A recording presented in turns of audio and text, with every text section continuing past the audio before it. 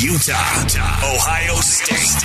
It's Rose Bowl week for the Utes, and we're getting you ready for kickoff. You're listening to Jake Scott and Ben Anderson on 97.5 1280 The Zone and the Zone Sports Network.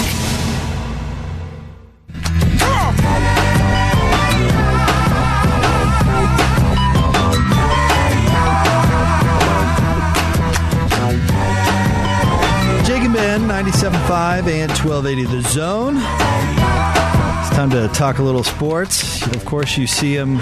It's the first time today we're talking talk sports. A little sports. I meant to say talk a little sports with, so yeah. I suppose that's a important word in what I was trying to say. Because joining the show now, of course, you see him on KSL, world famous, doing television duties, of course. Let's get out of the Smart Rain special guest line. Smart Rain state-of-the-art irrigation controller helps with first-class water management. Visit smartrain.net to learn how to save 30 to 50% on your commercial properties. Water costs or call 877-346-3333. In fact, the last time, Ben, I saw Jeremiah in person, we were doing We're walking on the roof. Yeah, you and I were fodder for the background of Jeremiah's photo shoot. We were trying not to ruin Jeremiah's photo shoot. That's a good point, Ben. Jeremiah Jensen with us here. We know who butters our bread. On Jake and Ben. That is a fact. What's up, buddy? Not much. We don't have to talk about sports. We could talk about U.S. history. Okay. Let's dive in. I don't know, music, whatever you guys want to talk to, but I assume everybody listening probably wants to hear sports. We'll do that. Well, how about let's combine sports and history a little bit. Ben and I were talking about this. John Madden, unfortunately, passing. Ben and I were talking about if you made a Mount Rushmore of the most influential sports figures, Ben says he'd have to be the number one pick, but he's certainly on there. Yeah, I can't argue with you right now. And obviously there's some recency in here as we're mourning his passing. I'm just looking at my own life and the impact that John Madden had on my sports experience. I was born in the 70s, 1977, so actually after he won the Super Bowl. So I don't remember him as a coach, but I know that a lot of people older than us do remember him as a coach and the legendary figure he was on the sideline and how he came into the league as this young coach, and he had a different style about him, and he was a perfect fit for those Raiders who were kind of the misfits of the league. And he just his coaching career alone left a mark. But we obviously grew up listening to him every Sunday with Pat Summerall calling NFL games, and you know he was just such a character, and he brought this. I don't know. He made the game better by how he described it and how he, everybody goes boom, and we always do that right now, right? So when we're thinking about John Madden, we think of those things, and then my son just got a Madden video game for Christmas, and he plays Madden. He has no idea who John Madden is, but he plays the video game all the time. So you look at multiple generations of sports fans that have been influenced and impacted by the work of John Madden. And you think about that and the impact he's had in that way. And I don't know how many sports figures in our nation's history have had that much impact over multiple generations. Well, and think about that. I think to your point, I mean, it's not like the Madden brand's going to go away. The Madden name sells. So it's going to be the Madden NFL game for the next 30 years. And so, well beyond his passing, he's still going to be one of the most important figures in sports. And I think that's a real testament to who he is. And, you talked about he kind of had this approachable style of broadcasting. I'm sure that's something you still have to deal with is, have a little bit of personality mixed in with enough content. I think what I love about John Madden, and, you when you're in this business, you try to take a little bit of something from everybody that you're influenced by. But he was himself. And a lot of people that get caught up in this business, they think they have to be like somebody or they have to be a certain way or whatever. He showed that you can just be yourself and people will love you. And I try to just be myself, and that's the way it should be. And so, I mean, I think it's pretty cool that John Madden was just his silly self on TV, and everybody just embraced it. And how cool is that? And it's kind of a lesson for all of us that we just need to be ourselves and just allow the world to accept us the way we are, I guess. Jeremiah Jensen with us on Jake and Ben, 97.5 and 1280 The Zone. Let's switch gears a little bit, Jeremiah. Give us kind of your overall take about the Rose Bowl and your feeling about the Utes going into this one. I really feel good about it for the Utes. I just feel like they are playing for something bigger than them. And when you combine their talent and their experience now and their coaching and everything that they have built throughout the season and everything that they've gone through, they've kind of become a juggernaut. And I think you watch the way that they went from losing at San Diego State at one point in the season to just absolutely destroying Oregon 2 out of 3 weeks. Shows you just how much this team has grown. And they're now in this opportunity, and there's so much to play for, obviously, for Ty and Aaron. And then you combine the fact that they've never won a Rose Bowl, never been to a Rose Bowl. This is new and exciting for them. Ohio State can't say that. Obviously their younger players have not been here, but they had bigger goals. They thought they were going to be in the playoff, and up until they lost to Michigan, they probably would have been the number 2 team in the Big Ten champ, and now they're not. And I think that's got to be a downer for them. And I don't think they have the same momentum and the same excitement. I'm not going to sit here and say that they're not excited to be there and they're not going to go out and compete. I just think Utah's going to have an edge in that department. And obviously, Ohio State's missing some key players. I know some people have tried to say that takes a little bit of luster off the game. I'm not sure I agree with that. I think that there's plenty of talented players still playing for Ohio State, and there's some young guys that are going to get a chance to step up and play as well. But I'm looking at this game, and guys, it kind of feels a lot like Utah-Alabama in 2009, right, in the Sugar Bowl, where Alabama was in a similar situation where they thought they were going to play for the BCS championship. They lost to Florida, and then they end up in the Sugar Bowl as kind of a consolation. This feels the same way for Ohio State, and I think that you got a Utah team going into this game that has a chance to make a statement and put an exclamation point on a special season. I think that's exactly what's going to happen. Yeah, and Jeremiah, I'm curious if you agree or how you kind of view this. What surprised me and what has changed my opinion on the Rose Bowl for the Utes is that it doesn't feel like the game is too big for them, where I don't know if I would have felt that even a couple of weeks ago, and certainly not a couple of seasons ago, where, in 2019 they had this, insanely talented team and Tyler Huntley was so good, but it still felt like when they got to the Pac-12 championship game, maybe the game itself was a little bit too big. They weren't quite ready to compete at that level. And they proved by beating Oregon twice, once on a Friday on national television, then again, I guess both were on Fridays because it was the Pac-12 championship game. It does not feel like any place they're going to end up this season is too big for this team. And whether that's Kyle Whittingham or Cam Rising or Britton Covey or Devin Lloyd, the players on this team, they just feel like they're ready to accept any challenge that's put in front of them and conquer it and to be able to compete and beat these teams like Ohio State. I agree 100%. It shows the growth of the program, and you absolutely right. You bring up 2019.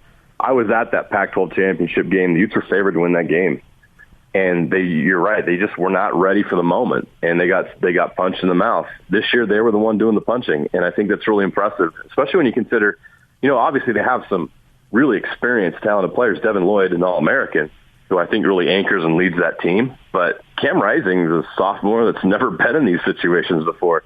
They got a lot of defensive starters that are freshmen, but they've been up for the moment. So I think that tells you just how much improved the talent is on this team and how much this program has grown and progressed just since that 2019 team, which I thought was tremendous and had high expectations of. So, yeah, I agree with you 100%. It shows the growth of the program and where they're at, that these moments aren't too big for them. And I think it bodes well for the future because you got a lot of freshmen on this team that are playing in a Rose Bowl, and they're only going to have confidence moving forward, and then this program can continue to do big things. Who knows what's next? So I think this is a big thing for the program and the next step in their progression, and I think they've been up to the challenge for sure. What do you think Witt's future is, Jeremiah? How many years do you think he'll be at this? I mean, of course, we've heard the rumors about possibly this year being it. I don't think that personally. Not sure about you, but what do you think his future is? Obviously, he gets to decide, which is a wonderful thing. I mean, how many of us get to decide when we're done, right? Not many. And I think he's going to have that choice. I can't possibly get into his head and see where he's at this point in time. If you asked me that question in October, I would wonder if this would be his last year because I can tell. I've covered Utah since I've covered this team since his first year as the head coach, and I've never seen him I don't know what the word is. I don't want to. You could tell that everything was weighing on him so much. And I can't imagine what he's had to go through, because as a head coach, you, in some ways, you're the father of the program. You're looking after these young men. And for them to lose 2 of those young men under his watch had to be incredibly painful. I can't even imagine what that was like for him. And I mean, when you go through things like that, who knows what you're going through and what toll that may be taking on you, physically, mentally, emotionally.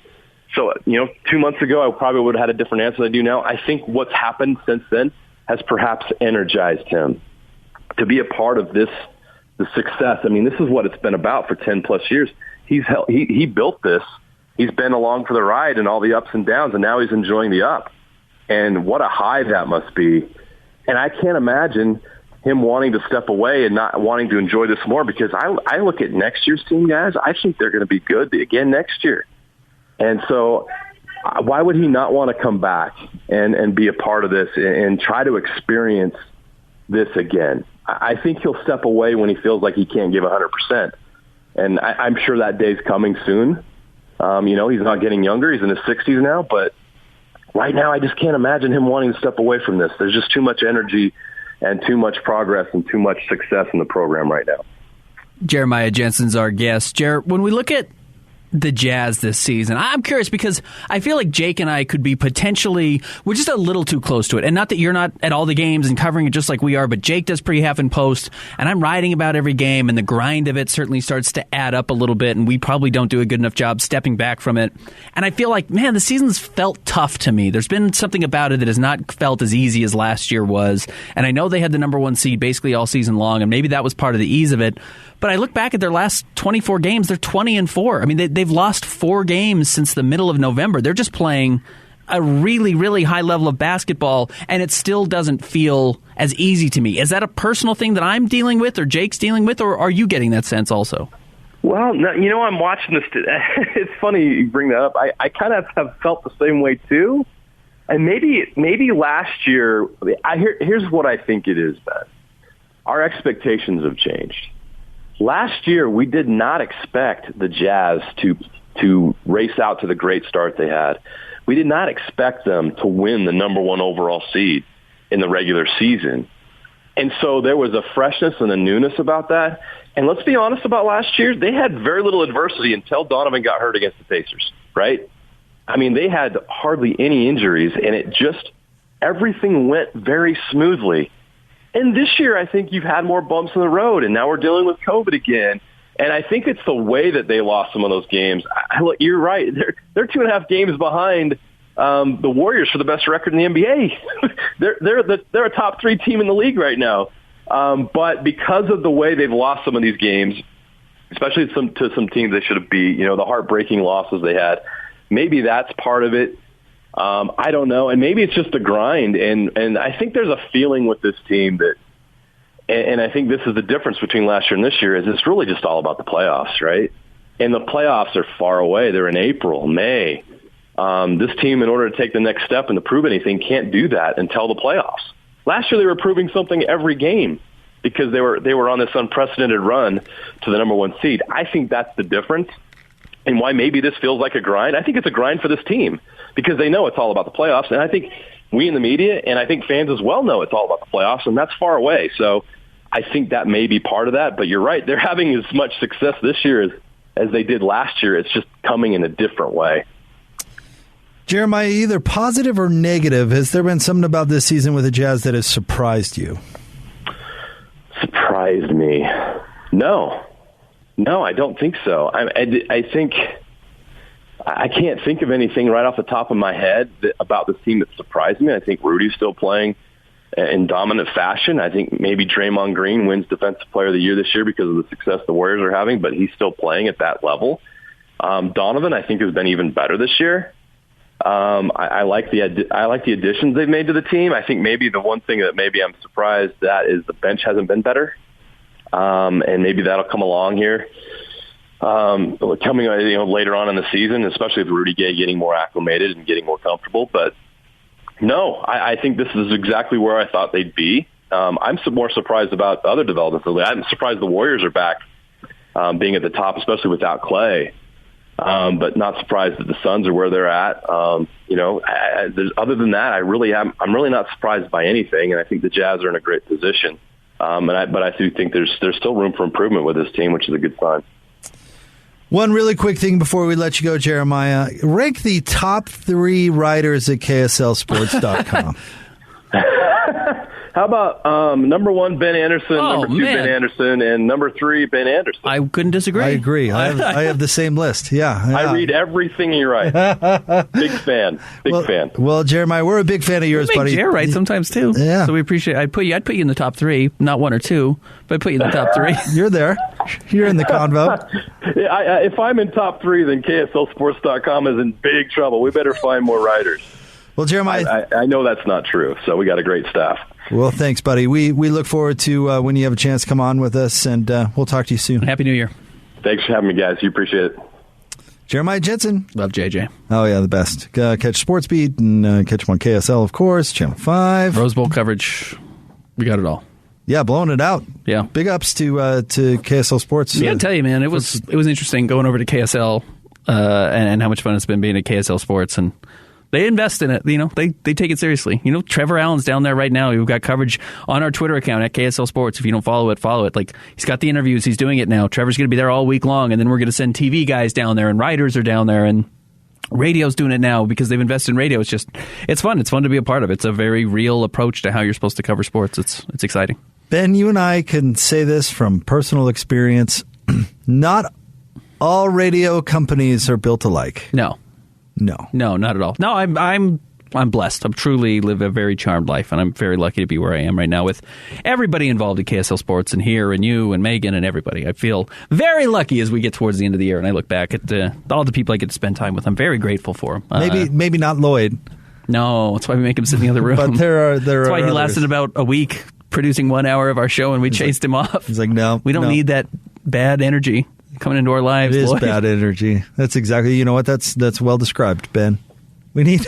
I don't know if it's positive or negative. It's just bad. Can I give a hot take that Jazz fans aren't going to like? Well, let me brace myself. I'm 100% okay with Rudy Gobert not winning Defensive Player of the Year this year if it goes to Draymond Green. Like, the Warriors are the best defensive player in the NBA, and he is the reason. Sure. Like, what's the argument there? I know a lot of Jazz fans are going to have a hard time with it. And look, I think Rudy Gobert is probably the best defensive player in the world. Impact, etc. And I think that in itself is probably the best argument to give somebody Defensive Player of the Year. He's the best defensive player on the planet. But we don't do that with the MVP every year. We do like to mix it up. And I think it's okay to mix it up, understanding that we can have different definitions of what these words mean. Defensive Player of the Year this year, the best defensive team, has one of these guys who is one of the most unique defensive players we've ever seen in Draymond Green. He is Scottie Pippen-esque or Dennis Rodman-esque. Like, he is that level of defender, and it's the only reason why the Warriors are the number one team in the league this year. Now, we can talk about how good Steph is offensively and his ability to hit threes and yada, yada, yada. Their best asset is that they're a great defensive team right now, and Draymond is the reason they're a great defensive team right now. So if Draymond wins it, I'm not going to be pulling my hair out that they gave it to somebody other than Rudy Gobert. So here's why I don't think Jazz fans should be offended by your take. Maybe they disagree, but they certainly shouldn't be offended. It's not like Draymond Green, well, honestly, hasn't won the award before. Right, I mean, he's an incredible defensive player and has been for a long time. What made those Warriors teams, or the Warrior team basically, before Kevin Durant joined it, what made them legendary is not only were they the best offensive team in the league, Ben, but they were the best defensive team in the league. Yeah. And they did it with a unique fashion that the whole league had to spend the next several years adjusting to. It was that good, and he is the reason that it was that good. So he's a great defensive player that absolutely belongs in the argument, and nobody should be offended by that take in the slightest. Now, last year when Ben Simmons tried to tell everybody that he was the best defensive player on the planet, that was laughable and embarrassing for him. Correct. But that honestly is part of the, if I speak it into the zeitgeist, well, people will believe it. And lo and behold, he gets Defensive Player of the Year votes because Correct. It works. Because he talked about it enough. And it's how he got the Rookie of the Year. Exactly. By scoffing at Donovan Mitchell, it's the only way, because all these East Coast elite NBA people are like, well, yes, I mean, Ben Simmons is a fine player. Right. True, he can't shoot a lick. And Donovan Mitchell is the first rookie to average over 20 points a game since like Michael Jordan. But no, it's Ben Simmons. But anyway, that is offensive. Saying that Draymond Green belongs in the discussion for Defensive Player of the Year, and that some people like yourself would actually lean that way. No, that's not offensive. Draymond Green's great. He's a great defensive player, and the type of defensive player like Rudy that should be rewarded. He plays real hard. He'll guard whatever assignment is given to him at any particular time, and he's a total team guy. And it's funny, he is a little bit more like Rudy Gobert in the way he defends than Ben Simmons is, which you wouldn't think because he's not a rim protector, but he is more of the linebacker that sits back and calls everything out and directs traffic and then is responsible for helping wherever he needs to help. Fixes others' mistakes. He fixes others' mistakes the way Rudy does, where Ben Simmons is a lot of, Ben Simmons will pick you up as soon as you cross half court and will lock you up. It's really hard to beat Ben Simmons one-on-one. He's so long and he's so athletic and he's so fast. When he's engaged, he's a freakish talent. But if we're talking team impact, it's hard to argue with what Draymond Green's done, and they have the best defensive rating in the NBA by, 2 points right now I'm looking at it? Almost 2 points, which is great. The Jazz have the best offensive rating by something like 4 points. I mean, it's absurd what the Jazz are doing right now compared to the rest of the NBA. But there's only 2 teams that have a net rating in the double digits this year, which is the difference between your offensive rating and your defensive rating. And it's the Warriors and it's the Jazz. And the Warriors are 1 point or 0.1 better than the Jazz are right now in their net rating, and it's because of Draymond Green's defense. So I have no problem if he gets some recognition. What I would say, though, is if this trend continues of where the Jazz are and they continue to be a top 3 team in the West and probably leap either the Warriors or the Suns coming up here in the next little bit, either Rudy or Donovan Mitchell needs to get very, very, very serious consideration for the MVP award. Okay. Either one? Either one. And I would buy arguments for either one. Donovan Mitchell's the best offensive player on the team, one of the best defensive players in the NBA, or best offensive players in the NBA, and continues to get better when we've talked about James Harden struggling because the officiating has changed. Damian Lillard's having a terrible offensive season, who we'll see tonight. Donovan Mitchell's just getting better. His effective field goal percentage is better because his field goal percentage is better even when he's not shooting the 3 as well. Like, he continues to find a way to get better as an offensive player. And actually, so has Rudy Gobert.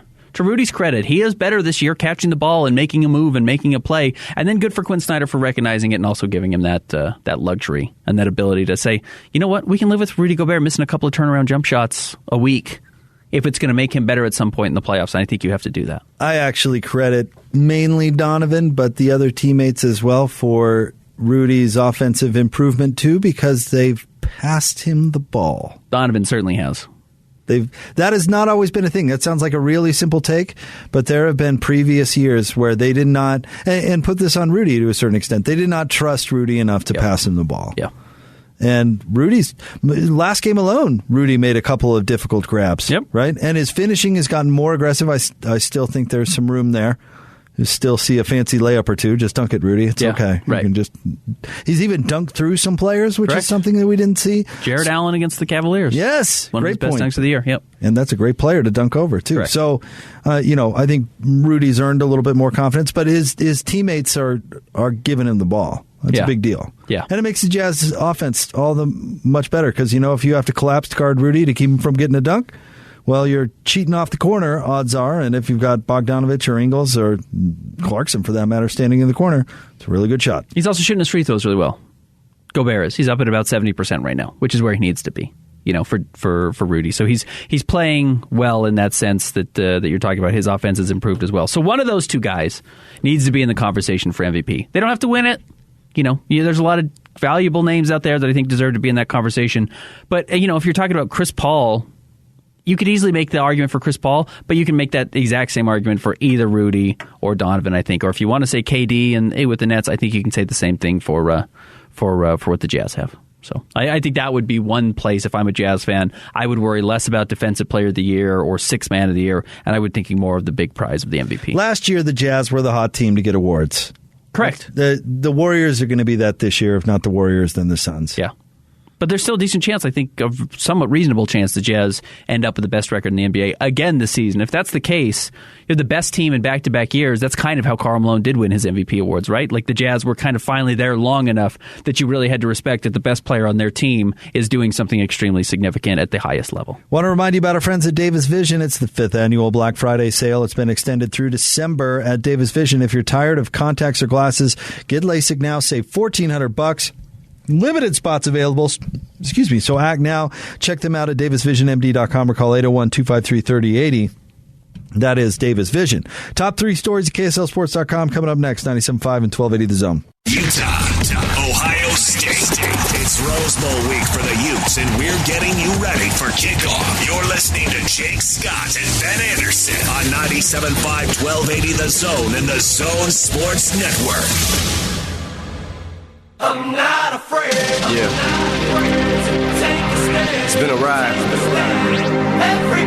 I guess I had to go to that place to get to this one. Now some of you might still be in that place. If you're trying to get out, just follow me.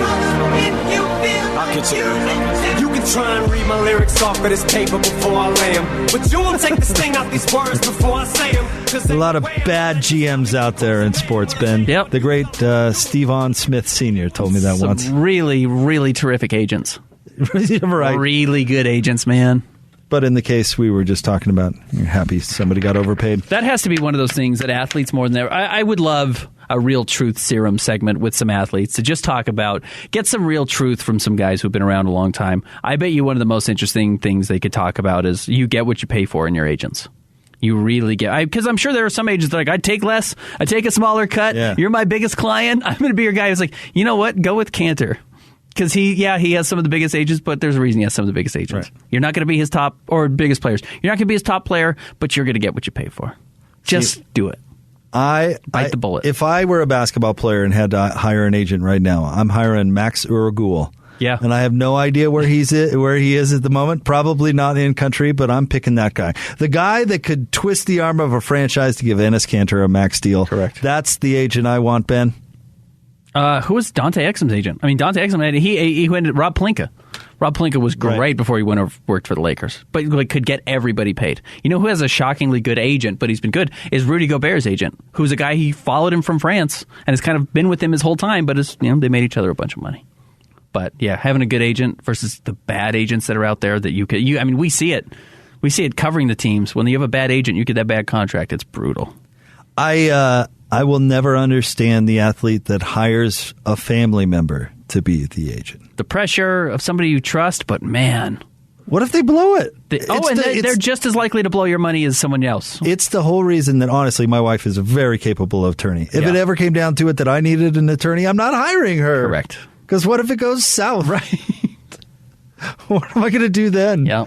I need somebody to blame, Ben. Sorry. I don't want to blame my wife. Had to fire Dad. Had to fire my uncle. It was his only job he's ever had. Uncle Bob got us the worst contract in the league. What are you going to do? Fire Uncle Bob? Yeah, right. Or Mom and Dad? And there's a lot of them. Heaven forbid. Yeah. A lot of them. Because they've got their baby's best interest at heart, Ben. Yet, I guess we're not doing top 3 stories at KSLSports.com. We should get into it. That was a random sidetrack. That's always what I do. I'm sorry. All right, Megan, let's do this thing. Number 1. Utah State quarterback Andrew Peasley enters transfer portal. 'Tis the season, Jake, and that it's just what's universally going on right now in college football. But he's got 2 good quarterbacks in front of him, and we saw both of those play out during all of Utah State's incredible season, and then, of course, in the bowl game as well. I think it is not a positive thing, and I don't know about this particular case, so don't get me wrong, but I don't think it's going to be a positive thing for college football that quarterbacks in particular can move around so freely, because only one quarterback can play at a time. So if you get buried on the depth chart, you are no longer going to battle it out, make yourself better, and earn the job. You're going to go somewhere else. And again, I don't know with Peasley, you go do what's best for you, I suppose. But like Jim McMahon, I would guess would tell you a big part of the reason he succeeded at such a high level is because Lavelle told him he had to sit a year behind Mark Wilson when McMahon was like a junior or something. Oh, correct. Right. And battle it out and learn and get better and all these things. And McMahon arguably is the best quarterback in BYU history at a university with incredible history, and then goes on to win a Super Bowl. And he's the quarterback for the Bears and played in the league for 15 years and all this stuff. If he would have just said, nah, screw it, I'm going to SUU, I don't know. Is the value... Well, it would be interesting to see. It would be interesting to see what the success rate is of transfer quarterbacks in general. And there are some clear examples of guys who go out and have a ton of success, and there are a lot of situations where guys don't have much success. But Andrew Peasley, looking at his recruiting profile coming out, he had offers to Utah State and Portland State. So Utah State was obviously his best opportunity. Now maybe he goes and plays at Sacramento State and has a huge year and then transfers up to a D1 program again. That's probably what his best option is at this point, but it's a tough spot. But also, you look at Cam Rising and the success he's had as a transfer, it's inarguable. He made the right move. Leaving Texas to go to Utah, he went to a better team, is having more success, is playing at a high level, and will get an opportunity potentially to play professional football if he continues to play at this high level. I don't think he gets drafted, but someone will take a chance on him. He'll get invited to camp and get $50,000, and that's not a bad way to live your life. He's probably going to get some NLI money. Yeah, NIL money. I'm never going to get those right, but NIL money. He'll probably get a little bit of that while he's at Utah. He probably, hopefully, got some of it while he was at Texas, too, if that was, I guess it probably wasn't there at that point. But that is the hard thing about transfers. Rarely do you transfer up. You generally transfer down. Now, that doesn't mean you can't make the most out of it. Texas is a bigger program than Utah, but Cam Rising did make the most of it. Charlie Brewer did not. It's just not an easy thing to do, and it's a much harder job to step into when you haven't been recruited. And maybe a bigger decision than is appreciated. 100%. No question about it. Because so many guys do it, it feels light and easy. And I think every individual case is truly different, and it's probably difficult in its own way. But the temptation as a quarterback would be more. Totally understandable. I get why guys transfer. I totally get why guys transfer. If you're the third defensive end, you're going to play a lot. You're going to play. Yeah. Fifth corner. Yeah. You're going to play a lot. Yeah. Only one quarterback can play at a time, Ben. Let's get on to number 2. Number 2. John Madden, Hall of Fame coach and broadcaster, dies at 85. John Madden didn't want to go into the Hall of Fame as anything but a coach. So as we talk about him, I know him as broadcaster, video game savant, or whatever name you want to throw on him, which I'm sure is the way you feel about him too. That is certainly not how he ever viewed himself. And he got passed over several times, which is hilarious to look back and be like, the Football Hall of Fame didn't think John Madden was legit because he didn't want to go in all these different ways. Fine, put him in as a coach if that's how he wants to. The NFL is not the NFL without this John Madden. I agree. But you know what that is, Ben? That's an example of how much disdain coaches and players have for media. Broadcasting or the video game. They don't even want to even be identified with it. Correct. I've seen this a number of times in my own personal life. They don't. You're not part of the game when you're in the media. It's this side show. If you were to meet Chris Collinsworth, he would introduce himself as former Bengals wide receiver. Yes. He wouldn't be like, no, I'm the guy on, I guess it's Sunday Night Football now, but he did Monday nights for a long time. A far better broadcaster than he ever was a player. Correct. But he would introduce himself as former player, former wide receiver. Chris Collinsworth. And he was great, right? Back in his day. I don't mean to discount his player, his playing days, but he's a great broadcaster. Correct. Called the biggest game, some of the biggest games ever. Yeah. But yes. But would call himself former Bengals. I worked as a bellman at a hotel, which was, you've done that too as well. And I would drive people to the airport, so you're talking to a lot of people. And one of the funniest things was you always knew who played college sports because they always told you. That was always their go-to. They would go back to their story because you as a player is how you identify yourself. They didn't introduce me to, hey, I'm in sales now. Hey, I'm a CEO of this company. They would talk to themselves and be like, yeah, well, I played at Nebraska, or I played at a small school in Texas. They would always tell you that they played. They didn't tell you what they're doing now. And that is very much an athlete thing. I think you're exactly right. Threw the javelin at Oregon State. All conference. No. To be fair, there's a much wider spectrum of broadcasters or media people. There's low lifes like us, and then there are John Maddens, which are a different level of broadcasters than we are. There's only, how many NFL teams were there when he was coaching? 18, 16. Yeah, right. Like there was 16 head coaches on earth at that point. I get why he may feel like that was a little bit more of an elite spot. Going into the Hall of Fame, he's like, don't even mention that I was a broadcaster. Don't say it. Which is funny. He probably made, $50, $100 million off the video games? Oh, more, maybe. Let's look that up. That's an interesting. We should look that up. Yeah, it's probably like why Shaq doesn't want to talk to you about the general. But he really has a lot of Shaq. Just like I'll endorse anything. Insurance, Lincoln, whatever cars he's done everything. John Madden is making about $14 million a year on the video games. And then they've been around since. Now, he wasn't making $14 million in 1992. He was probably making $1 million or $2 million. Yep. And they've been out for 30 years. You do the math. He's probably made $200 million off it. Good for John. I swear to you, if I ever meet Shaq, I would say again, because I've interviewed Shaq before, but not really? in like a like a post-game locker room capacity, not in like a one-on-one capacity. I've never seen him up close. I went to a Lakers game at Staples, but I never saw him in a media sense. So, but if I ever talk to him again, have a conversation, I am talking to him. Number one on my list is going to be Icy Hot, and I'm going to just see how he reacts. So does that Icy Hot really work for you?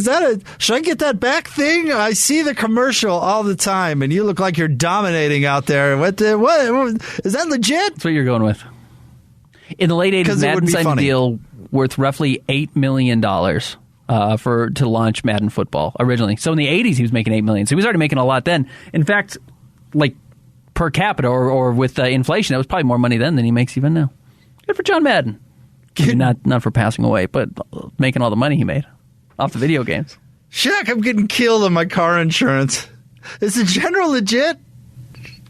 What's your experience been? You ever had to make a claim? I do like that they spent all their advertising money on Shaq and not the animation of the general driving around in that little car that was clearly made by, the first-year community college kid in this intro to graphic design. Shaq. How about that Icy Hot? All right, next. Number 3. Holiday Bowl canceled as virus issues hit UCLA before kickoff. Well, Jake, we were down. We talked about how excited we were to actually watch a Pac-12 bowl game because we liked the Oregon State-Utah State game. Yep. And then we were excited to watch some of these other ones popping up. And certainly the game we were going to watch was UCLA last night. And then 4 hours before the game, it got canceled. And NC State was a really good opponent for them. NC State has had their first good Pac-12. First good football team since... who was that guy that threw weird for the Chargers for years? Has 15 kids. Yes. You're right. I don't know why I can't think of it. He was like the number 3 quarterback in the NFL. Phil Rivers. Phil Rivers. Yes. Jeez. Lived in L.A. Lived in San Diego and drove to L.A. Commuted to L.A. because he likes San Diego. I don't blame him. I love San Diego too, but... yeah, Phillip Rivers. And so NC State doesn't get to play their bowl game. Did you read any of the buzz out there in the Twitterverse on how people were accusing Chip Kelly of pulling out because he didn't want to take an L at the last minute? Felt like an interesting thing to accuse somebody of being shady over. If there was somebody that would do that, probably Chip Kelly. It would be Chip Kelly. You couldn't throw that at Kyle Whittingham. No. You would get run. You would really take some serious heat. Chip Kelly's earned enough has enough of a bad reputation that you can kind of throw anything in there and you say, yeah, it could fit. That would make some sense. This may be the bleeding heart in me, Ben, but I really do feel bad for the seniors where that's their last opportunity to... Well, I mean, families flew out. Families flew out from NC State to go see that game. People wanted to watch that game in San Diego. Spent money they don't have to go watch these kids play, and then it got canceled. Yeah. No, it's horrible. Stinks. I did watch West Virginia, Minnesota last night, which was certainly a football game. It was legally a football game, but football was on. It was, speaking of bowl games, that we got to watch. And now we are, Jake, today actually getting into some of the better bowl games.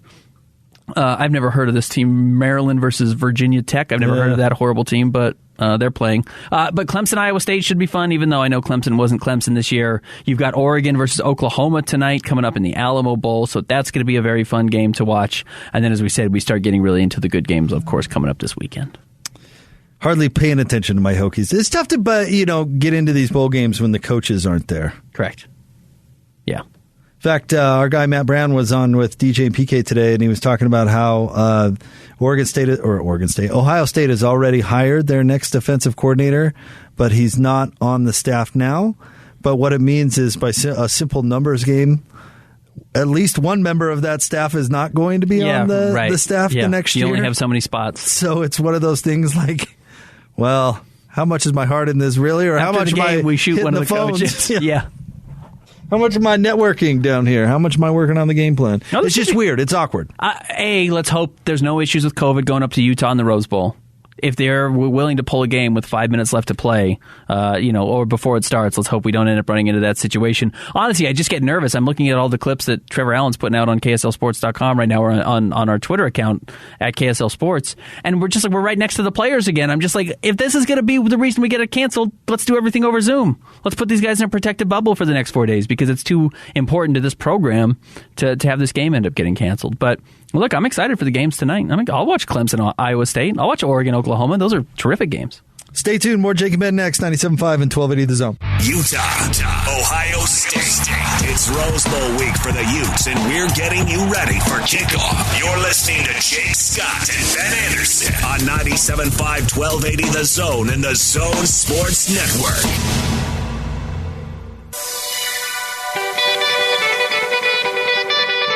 Play. Sir. Yeah. Kane is in the building. Yeah. Alright, already the show goes on all night. Till the morning we dream so long. Anybody ever wonder when they would see the sun? Just remember when it comes to the show goes on. Alright, already the show goes on all night. Jake and Ben, 97.5 and 1280 The Zone. Jake Scott, Ben Anderson. We were just talking about the horrors of travel. Neither of us travel for work. And that was kind of going to be the plan for me this year, a little bit more with the Jazz. Because, last year was the pandemic and you shouldn't have been traveling really for games a whole lot if you didn't have to. And then this year, before we got the radio station, I was kind of going to plan on being at probably a third of the games or so on the road, maybe a little bit more. And then this horrible thing fell in my lap, so now I'm stuck here with you every morning. Buddy. But I don't have to travel, and I don't love traveling in general. I'm not afraid of it. I like going on trips. I don't like traveling for work necessarily. So Scotty just spent a lot of time in the airport. 5-hour marathon in what airport? Was it here? Must have been. We can go get him.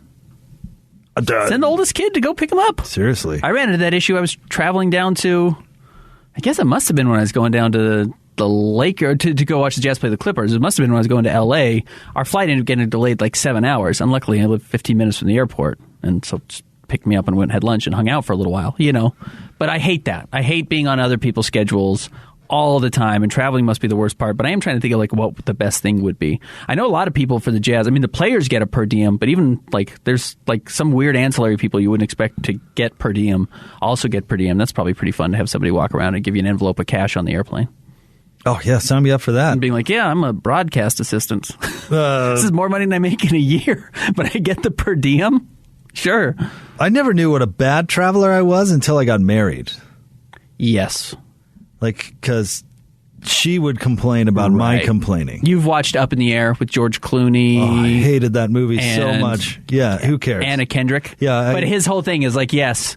She's new at this job of where he's flying all over the place, and she doesn't know how to travel at all. And he's this pro traveler, knows all the secrets. It's yes, you travel with somebody who's really good at it.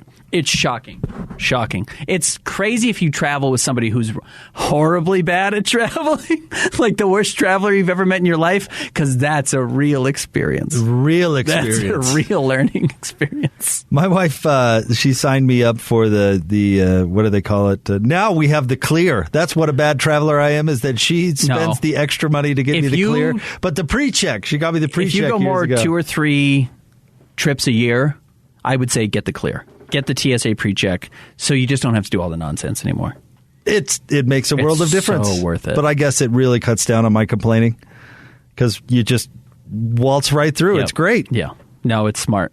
That's a good little hack. For not that much money. It's $60 for 3 years or 4 years or something. It lasts a while. It does last a while. Well, the pre-check lasts 5 years. Yeah, and I get it. You're already traveling. They're already charging you $25 for a bag, throwing an extra $60 on just to skip a line. Doesn't feel worth it at that moment. But man, it's one of those things when you're traveling. It's just it lowers everybody's stress level by 50%, and that makes it so much more enjoyable. Yeah, it's worth it. Worth it for sure. Yeah. But beware those delays. They can get in trouble. I have a few stories about where we got delayed and bad things happened. So everyone who travels, we have a lot of people who listen to our, we get a lot of people asking where our podcasts are. By the way, right now, the best way to find our podcast, and big thanks to Megan for doing this now, is you go to Jazz Notes. So go to KSLSports.com. There's a podcast section. It's right there. If you click on Jazz Notes, you'll get every episode. You can subscribe to it there, or just look at it on your phone. Pull up the Apple Store, wherever you get your podcast. Just search Jake and Ben, and you'll find it. Or search Jazz Notes, and you'll see every episode delivered. But a lot of people travel, and they download podcasts if they don't have internet on the plane, and they'll listen to those right away. So everyone who's traveling, especially right now during the holidays with this winter and the delays, we're sorry for you. I certainly have sympathy. I'll tell you what, I am grateful for modern technology when I've ever flown with my children. Yes. Imagine, you remember what traveling was like when we were kids, Ben, where it was like, here's a deck of cards. Yeah, here's a book. Yeah. I don't read. Are you crazy? Read? And if you were lucky, there was a movie on the flight on a bad projector. That you couldn't see because you wanted the window seat as a kid. And the ear things were so uncomfortable and bad, but you did it anyway. And you were at the mercy of watching whatever they were showing. Movie. Nowadays, you see these TVs in the back of the seats, and you can watch anything from. Or you can pick games, and the games you can link to other people on the plane sitting wherever they want. You can play games against people. And I told you my kids got a Switch from Santa Claus, and it's like, that I would have murdered people for that when I was a kid. For something you had a Game like Boy that had real batteries in it, and the batteries lasted 45 minutes. The games were awful, and then it was dead. And now the Nintendo Switch will last you 40 hours. On one charge, and it has every game you've ever imagined. It's funny. I mean, we can bring the show full circle here. Speaking of John Madden, you would get the new Madden game, the new version or whatever, and part of the thrill would be the technology upgrades, right? Yes. Like the players look more realistic, Correct. and you have franchise mode, and you have all this updated different stuff. rosters, even silly things like that. If you were to go back and look at the 1998 Madden football, you would think it was Pong. It's 8 boxes, built to be one person. It's like a little circle for the head. When I was a kid, I was like, it looks just like him. That's Brett Favre. That is Brett Favre. I can't even tell the difference. Go back and look at it now and be like, that green blob right there, that's Brett Favre. I think it says number 8 on his jersey or number 4. I don't know what it is. Might be a 6. So I saw some clip yesterday of somebody tweeting out, do you remember the ambulance that would come on the field when there was an injury in Madden and it occasionally hit somebody? Yep. I'd forgotten all about that. Hilarious. All about that. Great, funny little elements to add into it. And even looking back at that, you're like, well, that kind of looks like an ambulance, I think. It did, yeah. Right, a white box that would run out. And like for some reason, a little bit of red would come out. And you're like, that's realistic blood. That's it. It's like I've seen it. I can see the bone. Hanson Scotty coming up next. Just Hans today because Scotty's calling the Utah State Air Force game, which starts at 1, I believe. Stick around. You might hear a very familiar voice in the next segment. Oh, really? Yeah. Oh, really? Might be mine. You're stepping up to the big leagues, huh? We'll see. Should I be jealous? No. You get to go home. Don't let Hans hug you. I'll tell him I have COVID. I don't, but I'll tell him I do. You think that'll scare him off? No. Okay. Pick something more severe. Okay. You're talking to somebody. Yeah, he got all those diseases from wrestling, right? In Boise. Still one of the greatest drops in station history. Still relevant today.